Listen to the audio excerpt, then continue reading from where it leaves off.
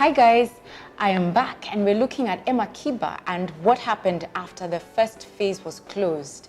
I had an experience and I'll be sharing that in a short while, and I want an answer on that experience. I'm at Treasury and I'm with one of the task force members. His name is David Irungu.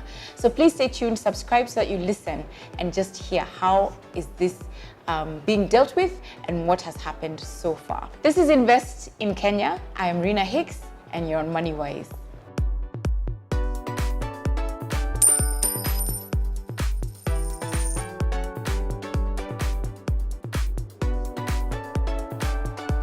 So on the first day, on the 23rd of March, David, I applied for this M-Akiba bond. I was excited. I mean, you'd launched it and I was like, okay, I think I want to put in some money. So I wanted to begin by registering my account.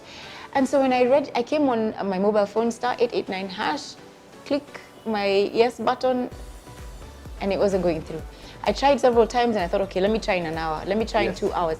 And eventually I was like, okay, why is this thing not working? And so I went on social media and I happened to see a post by M-Akiba saying, we've received some overwhelming response. Please bear with us, we will be back online. I guess that's what was the purpose of the first phase, just to kind of see if there was any teething problems.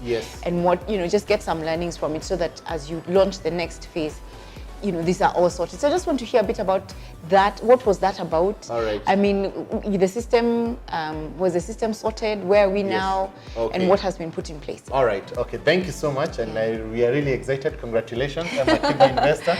I think we are really delighted to be able to serve Kenyans, especially through this unique bond that we are having through the mobile phone. So on day one, we were really dazzled by the response of Kenyans. Actually, we had the systems a bit overwhelmed because we had so many people register, and that is actually testament, because on the second day we actually we were able to raise 18 million.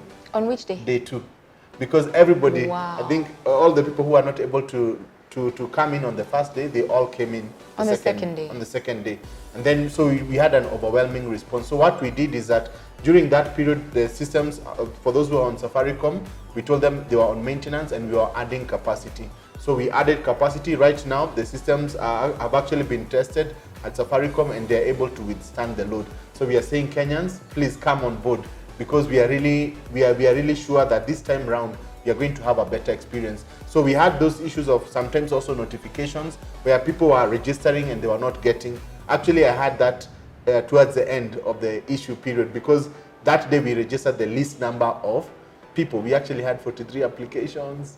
And on average, what were the applications? The number of applications, we were able to raise 10 million per day on average, and the number of applications were somewhere between, I may need to confirm that so that I am more factual, but we had quite a number of people. Over 100?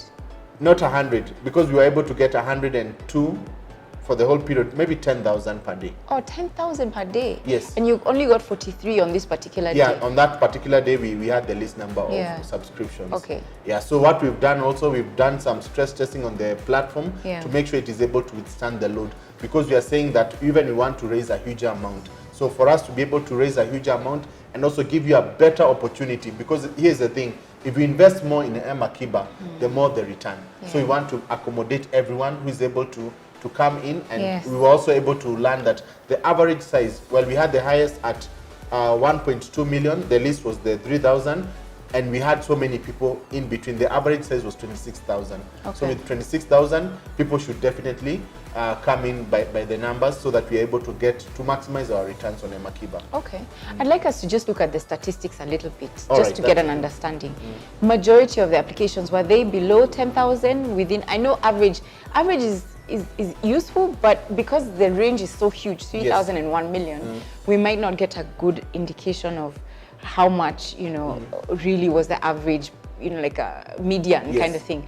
So what I want to understand is how many people applied below 10,000? Would you below have that 10,000? Actually, we had, I think, over 50%. Over 50%, because the statistic is that for below 20,000, we had. Below 25,000, we actually had 75%. Oh, really? So the applicants, we actually got the right people. I mean, but it's only that we had also other people who had huge amounts also coming. How many over a million? Over a million, I need to check that, but that was the 5%. About 5%. Yes. Yeah. Majority were really majority are really within the range. Yeah, yes. That's useful. Now, there's one story that I need to tell you.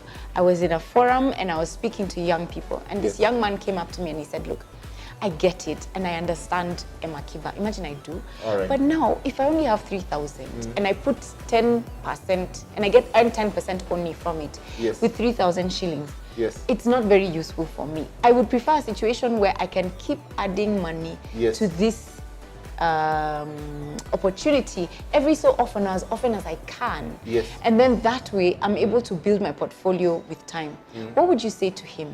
Yes, I think 3,000 is a good starting threshold because at least you get 300 shillings. And you may be thinking 300 shillings is too small. Yeah, but so what we have is an opportunity, what we call the secondary market, where you can still, even after the issue, or every other day, you can actually add more money. So you are not limited to only putting 3,000, but even after the issue closed, we are still having people put in more money. So you can actually have it as a discipline, because even the aim of M-Akiba is really to have a savings culture. So you want the money that you have be putting on M-Akiba, and as you continuously put it in, and even when you get even the interest, plow it back in, then you'd be compounding your investment. So we are really encouraging many people to save. Personally, I remember, of course, I was amongst the very first people to register for M-Akiba. Before the cabinet secretary had launched, I'd already put in, plus my wife. So we were already all in it. And then we, of course, even towards the end, we were also still injecting more money. So I'd encourage the person to continuously be putting and saving. Actually, it's by saving that you also liberate yourself, because the money that you would have spent, say maybe to just hang out with your friends or do something, when you save it in future, it is actually worth much more. Because that money, well, we know economically the purchasing power reduces, but that amount, when you save it, you can later use it in future. So it is always good, and we'd encourage you to continuously put in that money. Even if it is little, don't despise it. It will grow, and one day you'll be shocked at how much you've been able to save. So what we're encouraging is the saving discipline. Good stuff. So you don't have to wait another year or another 6 months to invest. You can keep investing and keep buying. And I love that, because then you can keep increasing the amount of money that you have in a painless way. Yeah, so subscribe, guys, because there's more questions that I'll be asking. Next video, we're going to be looking at what are the costs? How much is it costing me? And how do I make sure that I do not increase my costs as I trade and as I continue to invest in M-Akiba? So we'll be looking a bit into that, because it's important for you as an investor to consider the costs that are there for you, or how much it's costing you to make any investment. Subscribe. This is Rina Hicks, and you're Money Wise, where we create, grow, and preserve wealth.